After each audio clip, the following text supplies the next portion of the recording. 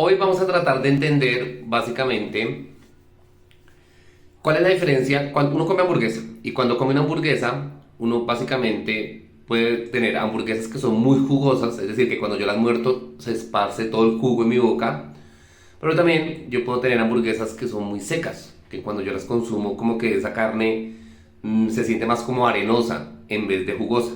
Y entonces la idea es entender, esa es la idea de este video, tratar de que usted conmigo entendamos qué es lo que está pasando allá.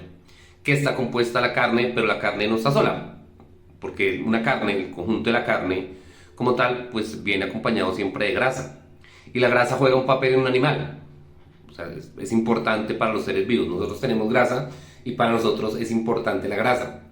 Entonces la idea de acá es entender un poco cuál es el papel de la grasa, cómo juega esa grasa acompañado de eso que es proteína, que eso es carne. Entonces cuando entendamos esos dos procesos, de la carne con la grasa, pues podemos entender por qué unas carnes de hamburguesa que son más jugosas y otras que no son tan jugosas.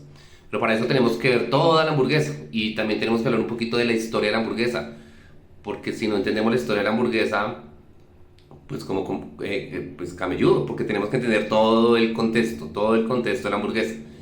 Tenemos que entender qué es una carne, qué carnes se utilizan, qué es una grasa animal, qué es una grasa vegetal y qué pasa con la grasa y qué pasa con la carne cuando usted come una hamburguesa. ¿Y será que la hamburguesa es mala? ¿Será que la hamburguesa nutre? ¿Será que la hamburguesa no nutre? Entonces también eso vamos a ver un poquito de eso, lógicamente todo desde la ciencia y entendiendo que yo no tengo la razón de todo, sino que podemos, no sé, yo me baso en estudios, pero seguramente allá al otro lado de la pantalla hay gente más experta, médicos y demás, que pueden enviar mensajes y complementar esta vaina. Lo más lógico es que como que el origen de la hamburguesa haya empezado por la carne que está molida, porque la carne realmente cuando uno hace un corte de una carne de una vaca o de un animal, pues uno no viene, la carne no viene molida, sino que viene obviamente un filete entero y grande. Entonces, en algún momento de la historia, no sabemos, debió pasar, y digamos que eso es lo que dicen como la historia, es lo que dice, debió pasar que la carne se molió, o sea, que la carne se desmenuzó. Y cuenta, pues lo que dicen algunos textos, es que lo primero que pasó, lo primero que pudo haber pasado, es que por ejemplo, en esas tribus nómadas, o sea, que viajaban de un lugar a otro, como por ejemplo los mongoles en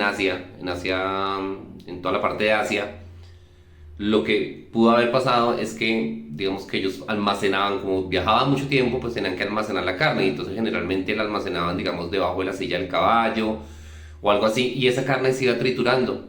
Constante ellos iban avanzando, la carne como que se iba desmenuzando, se iba triturando, y pues ellos comían era pedacitos de carne muy pequeños, hasta que seguramente en algún punto pues llegó a ser tan pequeña que se dieron cuenta que podían volverla a reunir y volverla a cocinar. Y de hecho, pues lo que viene en la segunda historia es lo que pasa, por ejemplo, en Hamburgo. Y en Hamburgo lo que pasa es que desde allá viven con el origen, pues lo que hacían en el puerto era que vendían esa carne que está molida, la hacían como una especie de stick, de filetico como stick, y la vendían, y era muy consumida. Hasta que en algún punto llegó a Estados Unidos, se envió a Estados Unidos. Después de la llegada a Estados Unidos, que pues fue en el siglo XIX, cuando los inmigrantes de Alemania llevaron el hamburger stick a Estados Unidos. Y de ahí, pues como que se popularizó, como que en todas las ferias, en todos los lugares, como que a la gente le gustaba mucho ese hamburger stick. Y después de que se popularizó, pues a alguien ya se le ocurrió coger dos panes, y eso fue como la innovación mejor, porque creó el sándwich, y meter ahí como la carne molida de entre dos panes, y pues ya tenía, digamos, que una comida que era perfecta para Estados Unidos, porque Estados Unidos estaba como en esa época de revolución industrial, donde una comida rápida era pues maravillosa porque se comía muy rápido, entonces no gastaba mucho tiempo y podía seguir, digamos, que demandando o trabajando. Entonces, después de eso, ya empresas como White Castle ya como que la popularizaron, después viene McDonald's, Burger King, y como que la establecen por todo el mundo.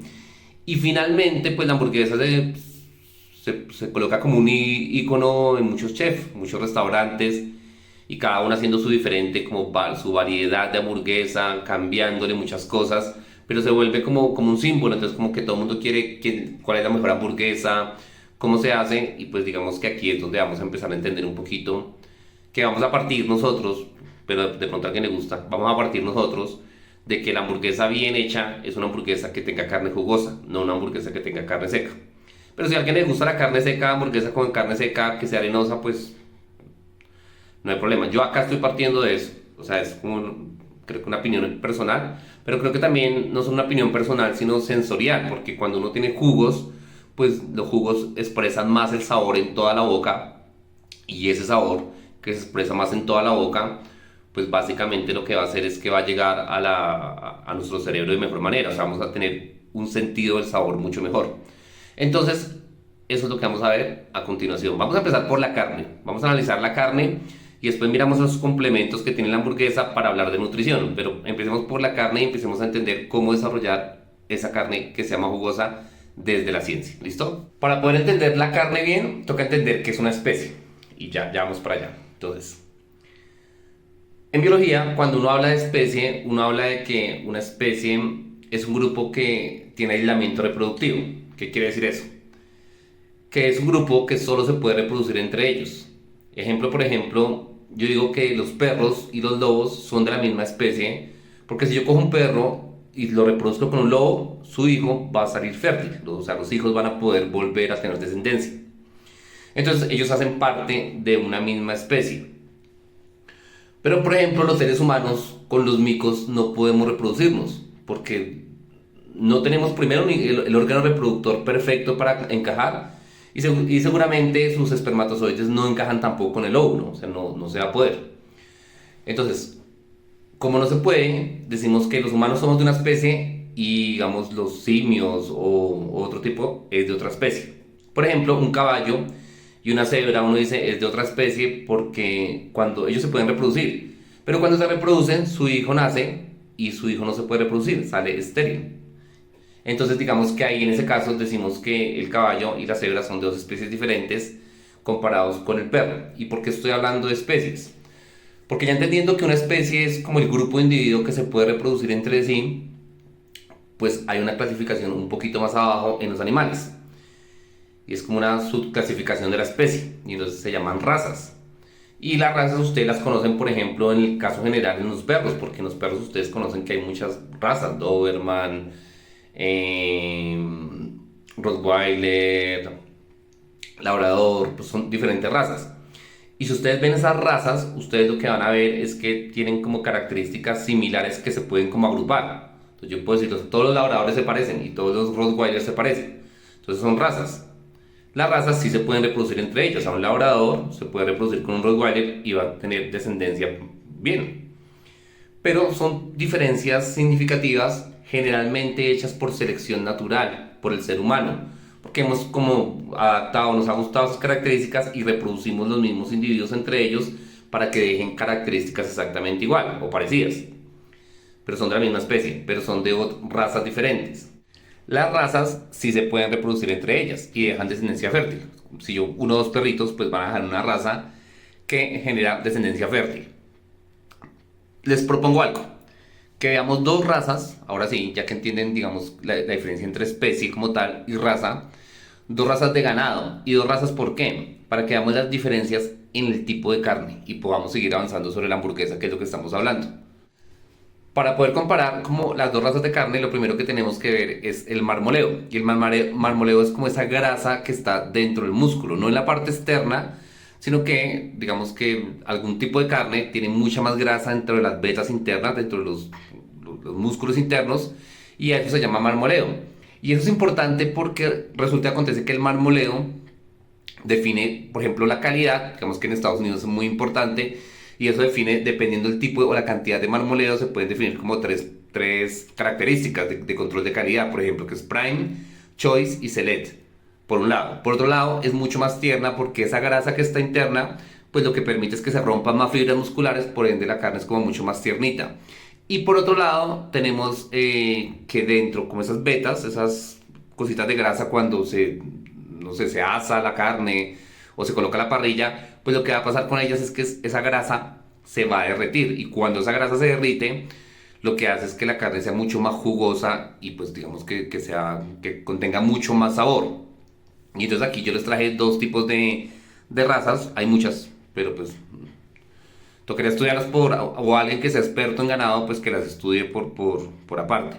Pero en esta primera que tengo acá es Angus. Y la Angus se caracteriza porque es la más conocida de todas y su predisposición genética es que tenga mucha grasa intramuscular. Entonces tiene como mucho marmoleo.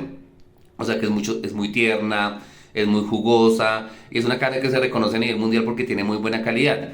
Y por otro lado tengo la Limousin, que es una raza de tipo francesa que se caracteriza porque tiene muy poco marmoleo. O sea, es una carne que es muy magra, con poca grasa. Y aunque es una carne que es bien tierna también, es como más plana, como más limpia, como no sé, como tiene como un sabor menos intenso que la Angus. Entonces ya con esto ya podemos entender eso del marmoleo, que es la parte interna, y por qué va a ser importante en la carne, digamos, en la hamburguesa. Listo, entonces tenemos la carne, y la carne pues la dividimos en como dos partes. Lo que es carne como tal, que está compuesto de muchísima proteína, y pues hemos visto que la proteína es una macromolécula. Recuerden que son cuatro macromoléculas: proteínas, lípidos, ácidos nucleicos y carbohidratos. Y hoy estamos viendo dos, porque la combinación de esas dos, de alguna manera, nos genera una carne mucho más jugosa en la hamburguesa. Dijimos que la carne como tal está compuesta de proteína y que la proteína es una macromolécula y que es importante porque esa proteína es la que nos forma, como que la proteína es el ladrillo que necesitamos nosotros. Por eso es que un niño chiquito tiene que comer mucha más proteína que una persona adulta o una mujer en embarazo porque está creando un nuevo ser, entonces necesita mucha más proteína. Y por otro lado decíamos que estaba el marmoleo y decimos que el marmoleo es esa grasa que está interna dentro de las fibras musculares y que esa grasa que está dentro podemos dividirla como en tres. Digamos que esa grasa pertenece a los lípidos, que es otra gran macromolécula. Tenemos dos, proteínas por un lado y lípidos por el otro. Los tres lípidos más importantes que tiene un cuerpo, un ser vivo, generalmente son tres. Son fosfolípidos, que lo veíamos que decíamos que los fosfolípidos eran una molécula anfipática, es decir, que era una molécula que tenía como dos características, que se podía por un lado unir con el aceite y por otro lado unir con el agua. Es decir, se puede unir con sustancias que son polares, que tienen polaridad positivo y negativo, y también se pueden unir con sustancias apolares como los aceites que tienen carga parcial neta, es decir, digamos que en la medida de los dos. Ahora bien, resulta que acontece que esos fosfolípidos eran importantes en el video anterior, y si no lo ha visto, vaya y lo ve, que es un video de cómo se hace la mayonesa y de esa guerra que hay entre el aceite y el agua y cómo hay una sustancia que es un emulsionante, que es una molécula anfipática, o sea, como un fosfolípido que los logra unir a los dos. Por otro lado, tenemos los esteroides, que es como el colesterol, y que son importantes porque son como cuatro anillos que van a ser precursores de las hormonas sexuales: testosterona, progesterona, estrógenos. Entonces, imagínense lo importante que es. Las características sexuales del hombre y de la mujer están presentes en una molécula de grasa que son los esteroides. Y por otro lado, tenemos las grasas como tal. Las grasas son los triglicéridos. Un triglicérido es una molécula de glicerol y pegado a él van moléculas de ácidos grasos. Los ácidos grasos pueden ser saturados o insaturados. Si son saturados, quieren decir que tienen muchos hidrógenos y van a ser sólidos en temperatura ambiente, como la mantequilla, como las ceras. Y por otro lado tenemos los que son insaturados, que son los que forman los aceites líquidos. Y pues dependiendo, digamos que cada triglicérido, hay muchos porque dependiendo de los ácidos grasos, pues puede cambiar, que sería bueno verlo, pero toca verlo después. Vamos poco a poco. Ahora bien, ya entendiendo esto, entendemos que lo importante es entender que una mezcla del 30% y el 70% o del 20% y el 80% es lo que nos va a generar una carne mucho más jugosa. Cuando hablo de 20% y 30%, hablo de las grasas, de los lípidos, de los triglicéridos, que estén en un 20 a un 30%. Y cuando hablo de la carne como tal, hablo de carne magra, la carne que no tiene casi grasa. Entonces la combinación de ellos dos genera una hamburguesa muchísimo más jugosa. Pues digamos que eso es para que ya entendamos cómo es que se forma una hamburguesa mucho más jugosa. Hablando de nutrición, pues la hamburguesa es o muy nutritiva o muy poco nutritiva. ¿Y por qué? Porque la hamburguesa va a tener todo lo que necesitamos nosotros. O sea, una hamburguesa es un alimento que es completo. Es una sola comida muy completa. Es una sola comida, ¿por qué? Porque va a tener carbohidratos en el pan, va a tener lípidos en las grasas de la carne generalmente, o de las salsas, va a tener grasas, va a tener proteínas en la carne como tal también, y va a tener muchos minerales y vitaminas en los vegetales y en los aderezos que uno le ponga a la hamburguesa. Pero puede ser buena o puede ser mala y es dependiendo de cómo la haga. Es decir, si usted coge y hace su hamburguesa con pan integral, que es un pan que va a generar, digamos que mucho más tipos de fibras o tipos de vitaminas que un pan que es blanco, que no tiene casi absolutamente nada, pues va a ser diferente. Si la carne que usted utiliza es una carne que, digamos, la parte grasa es una grasa que es saturada, que es una grasa mala, pues obviamente como que no va a generar mucha nutrición. Entonces, dependiendo, digamos, ese tipo de grasa, pues voy a tener eso. Dependiendo la salsa, si usted utiliza, por ejemplo, salsas de locales, generalmente de tiendas, pues usted lo que va a contener ahí son grasas que no son muy buenas para usted y que van a aumentar su capacidad calórica. Si yo acompaño esa hamburguesa con un montón de papas fritas, pues lo que va a pasar es que usted va a tener un montón de calorías y muy pocas proteínas y muy pocas vitaminas y muy pocos minerales. Si usted hace una hamburguesa en su casa, que sería lo ideal, que usted coja en su casa y prepare su hamburguesa con ingredientes sanos, que usted conozca, que usted entienda, lo acompañe de salsas que no sean fuertes o inclusive de ensaladas, pues ya la hamburguesa va a ser un alimento que va a ser pues muy importante. Primero, muchas gracias porque usted llegó pues hasta acá y la verdad son muy pocas personas las que llegan hasta acá del video. Entonces usted llegó acá, es que usted ya se encarretó y usted está aprendiendo mucho ciencia con cocina, así que pues súper bien. Recuerden que yo no soy chef, soy profesor, soy docente, relaciono esto porque me gusta, pero también cocino empíricamente, aprendí desde muy pequeño a cocinar y entonces lo que voy a hacer es una hamburguesa casera y le voy a dejar esto en un blog, así que si usted entra al QR, usted va a tener muchas más cosas. Cada video viene acompañado de un blog donde hay recetas a veces, más cosas de ciencia, rifas, bueno, mucha cosa hay dentro de esta web que usted puede empezar poco a poco a ir revisándola, igual se está trabajando todo el tiempo, entonces va a ir cambiando, va a ir modificándose y la idea es que usted se vincule, se suscriba y se vincule para que sigamos los dos aprendiendo. Esto está creciendo y la idea es que crezca a su lado, con usted. Entonces, nada, gracias y chao.